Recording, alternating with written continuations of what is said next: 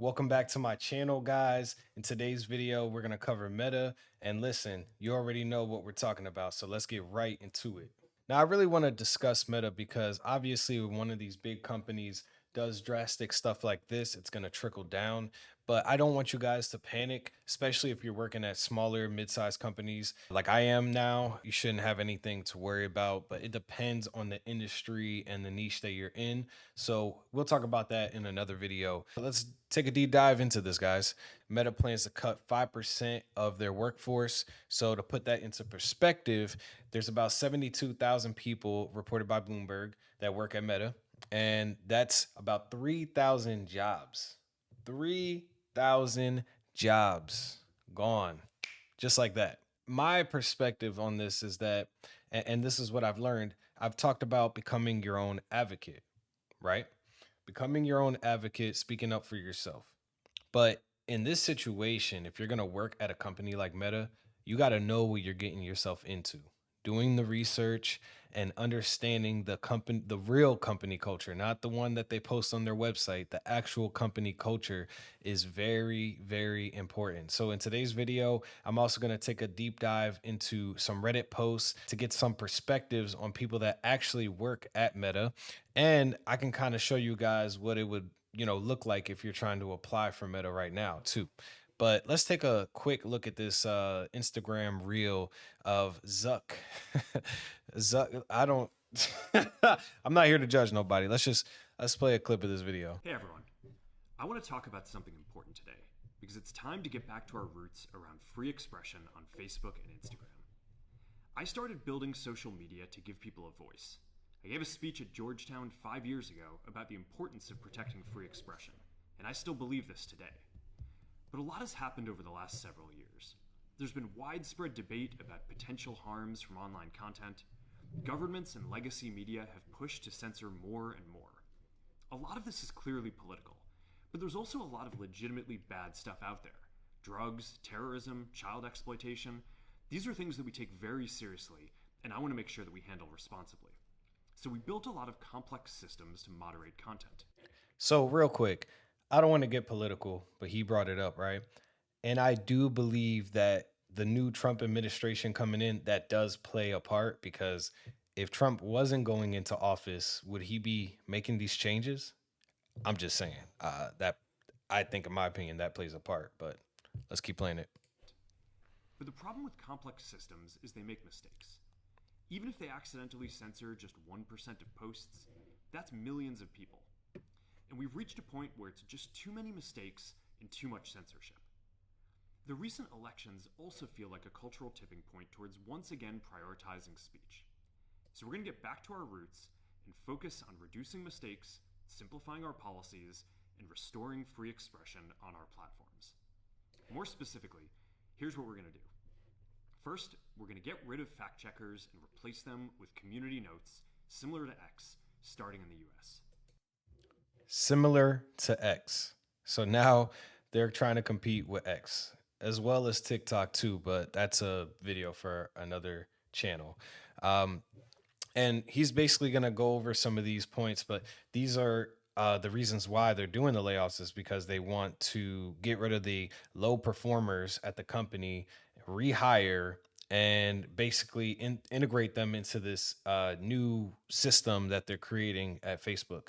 So it's a bunch of BS, but yeah, just to look at this too, to put in perspective, in 2023, he announced eliminating 10,000 positions. So again, if you guys want to work at a company like this, feel free. Like a lot of people, it's their dreams to work at a FANG company, but I personally believe that like these were all dreams that we were being sold, and it's not really the reality that you're going to live. You think you're going to have this lavish lifestyle working at a FANG tech company, you're going to make all this money, but a lot of people are losing their jobs out here. And in 2025, you got to be extremely cautious about how you move in the job market. You know what I'm saying?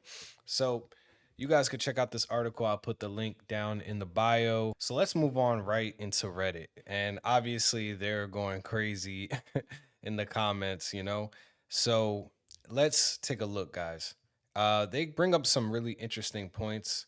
So I want to read this part right here from Gore-Tex Possum. My team is the highest performing shift because we work as a mafia and cover each other's tracks, so upper management doesn't have an angle on us. Other shifts play these zero sum backstabbing productivity games that management wants them to, and they end up exposing themselves to executive meddling. The system works as intended. I agree. The system should reward teams that support each other and punish backstabbers. In software development, team outcome and team results count more than I did better than my team member. So this is where you're going to find out the company culture, right? You have to get the work experience in. And that's why, for me, I feel comfortable talking about this topic because I've been working at various different companies for about 5 years now. And I learned from the very beginning that corporate is a game. But when you get to companies like Facebook, it's a whole nother level. Now, I seen this interesting term called stack ranking that I just learned about. This is basically in response to Meta's dumb metrics for performance, right? Called stack ranking. It was huge in tech until we learned it absolutely doesn't work. Apart from leading to internal sabotage and a lack of cooperation, most orgs are terrible at figuring out which metrics actually matter in terms of productivity. The guy churning out lines of code could be 10 times better, or he could just suck at efficiency. Microsoft did it for a long time, apparently, and moved away from it in the late 2000s because he realized their hybrid workforce of contractors slash direct employees plus stringent direct hiring practices left them cutting 10% of their workforce each year, where majority of the cut employees were average or even high performing, just in teams full of rock stars, switching away from stack ranking, turning out great for them. Hold up, I just found another piece right here that we got to read. So this user said, over the year, I watched this happen to one of the healthiest teams I've been on. Starts off with a couple of old timers getting fired. People are drawing more attention to and exaggerating their accomplishments. Everyone else doesn't want to appear lazy, so they start doing the same thing. Everyone burns out and is miserable. It's manipulative and abusive. Anyone who starts to see this happening, get the fuck out and make a truce with everyone at the beginning. Yep, my team is hoarding work at the moment, so everyone feels like they are needed. Absolutely no cooperation with one another and constant bitching when other teams won't help us. Makes it so the only thing that gets done in the company is a bunch of pointed fingers. If this isn't alarming to you guys, because here's the thing, like, I've always had access to the internet growing up, right? But I wasn't really on Reddit like that. I wasn't on social media as much as it's prevalent now. There's so much information that you guys can find out about these companies outside of just using Glassdoor or LinkedIn. And I'm going to show you guys another website that I've been using. It's fairly new to me, but obviously there's a lot of issues going on. I mean, just look at the title of this post, and this has something to do with the fact that the fact checking is being turned off too. People have their own opinions, but there's a lot of controversy working at a company like Meta. So again, if you want that attention on you, then this is the place to be. If you want to have fun with these corporate games, this is the place to be. So we're not going to get too deep into that, but I want to show you guys this Reddit post as well because this also highlights the interviewing process, right? So the pace you need to be at for meta technical interviews is insane, according to this user, and this was 4 months ago. When I interviewed at Google, I had 45 minutes to solve an LC medium problem, and if time was left over, I was given the same question with an added complication. To get full marks, it was sufficient to give a high level overview of the follow up without needing to write any working code. At Meta, you are required to solve two LC medium problems, each in only 20 minutes. If you don't know the answer automatically, you likely won't be able to figure it out in time. The interviewer asked me if I could think of a solution with O1 space complexity rather than ON. I said I'm sure such a thing was possible, but I didn't feel like I had enough time to figure it out. Another interviewer asked me to write a class similar to a BST with 5 separate methods, which I don't think I could do in 20 minutes, even if I could copy and paste from the internet. So again, unrealistic expectations. And a lot of people are studying computer science, so a lot of you guys feel like this is the only place that you can apply to. These FANG companies are the only places that you guys can work at because you want the big salary, you want the bonus, you want the equity. And I get it, especially in your early 20s. If somebody would have gave me more guidance on, working at a company that values employees, or just advocating for yourself and thinking for yourself and not following others, I would have been able to probably get ahead, stay at a company for at least a couple years. But I ended up switching jobs constantly. And I feel like Facebook is setting you up for failure in the long run, because then a couple years goes by and you just end up switching jobs like me. So I'm going to read this user's post right here. I think that's the point. Meta wants people who can see the answer right away naturally or grind leak code because they want the job bad enough. The field is saturated and the bar is high now, which is such a bad hiring method. Not getting the best people, just the people who want them bad enough, or people that are willing to work their ass off day and night to solve a problem.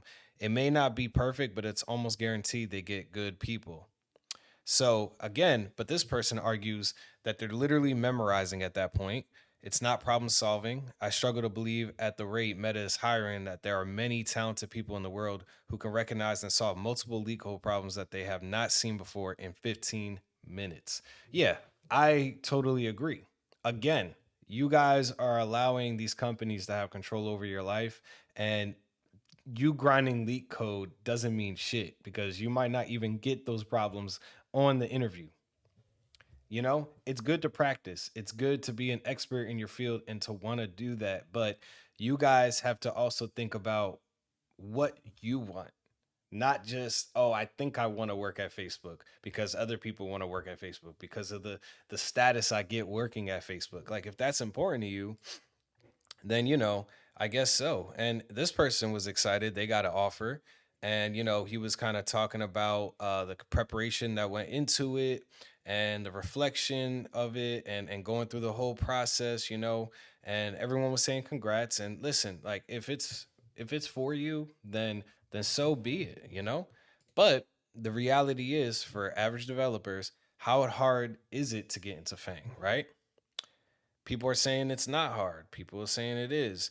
But, they go into detail about this and they debate back and forth. And I'm telling you guys that the reality is, a lot of people are not getting these kind of jobs because they think this is the only job they can apply for. Now, I just want to look at a couple of different positions, because if you notice that all these positions here, like this one is in DC, right? And it's remote. But look at how big this salary range is.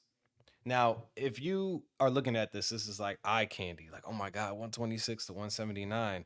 And, obviously nowadays with these jobs, they're just requiring so much from you. It looks simplistic, but really, like, you're not even going to get paid within that range. You're probably going to get paid on the lower end. You're going to have to really argue and prove yourself why you deserve the money. Whereas if you come to another company, a smaller mid-size, you're probably going to have better luck, getting the salary range you want. You don't want a salary range that's like 50, 60,000. You want something that's like, let's just say this was like 140 to 160, something like that. And again, I'm talking about this because you guys think Facebook's the only place to apply for when it comes to data science, data analytics, but there's so many other companies that you can apply for. And no, you don't need a master's degree. You don't need a master's degree at all. But another thing I want to point out too is that you are making a pretty high salary, 173 to 242. That's pretty high. Yeah, I mean, shit, I would want to do it. Minimum of 6 years work experience. I mean, I have close to 6 years. I work in SQL. Um, maybe I got to brush up on my Python, my stats. There's so many. You're going to have to learn all this stuff: SQL, R, Python, statistics, machine learning, blah, blah, blah, scripting. It's just too much. And they want you to have a master's. But here's the biggest thing that I notice with these job boards in Facebook specifically: you're going to have to live in California. You're going to have to live in California. So let's switch over to this: the cost of living in California. And as you can see, California is 38% higher than the national average when it comes to cost of living. Okay. Crazy. Look at this. Housing, 97% higher. This is insane. And if you look, Los Angeles, right, big hub over there, San Diego, San Fran, San Jose, this is where most of those jobs that you're going to see on the Facebook job boards are.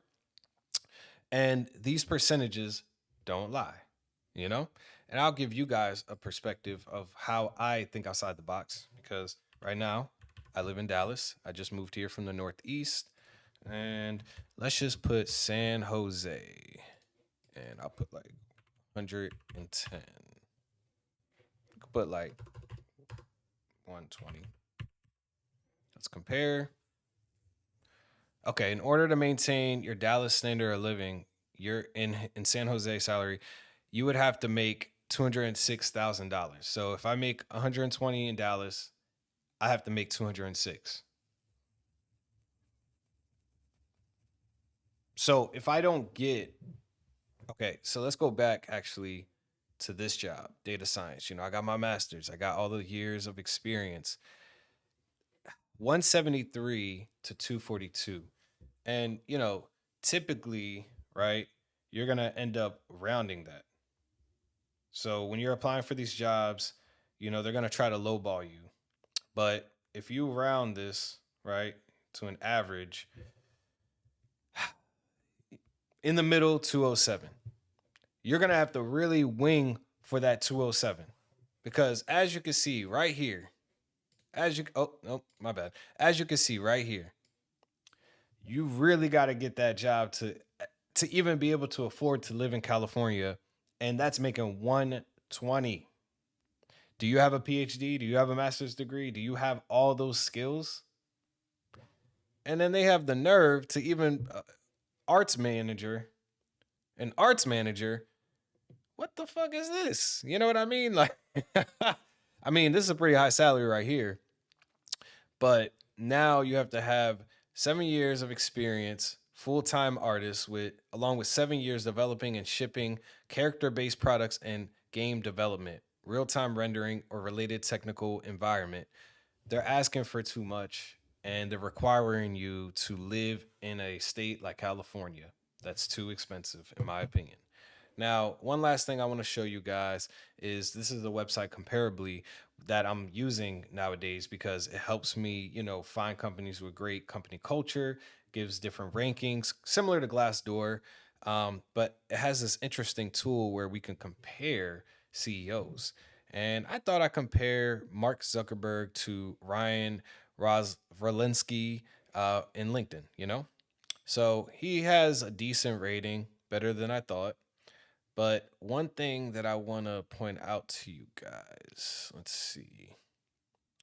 So 29% of people that did this poll do not approve of the CEO's management style.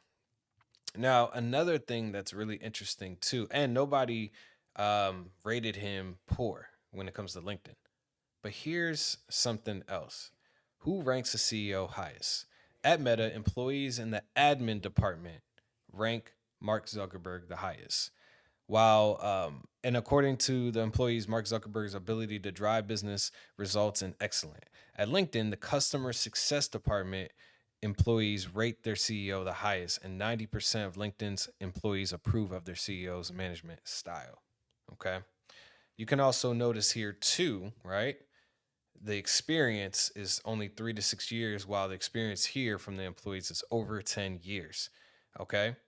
Now, a lot of I feel as though this can show you that there's going to be a lot of turnover in a company like Meta versus LinkedIn, but I can't completely defend LinkedIn too because they're a big company as well.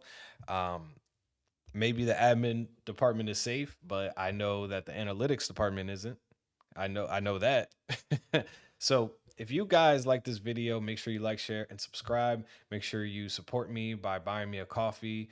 And yeah, we're gonna dive more into Meta throughout the year, but I just thought I'd share some information, share some insight with you guys, and let me know if you guys have any thoughts or opinions on this. I will talk to you guys later. Peace.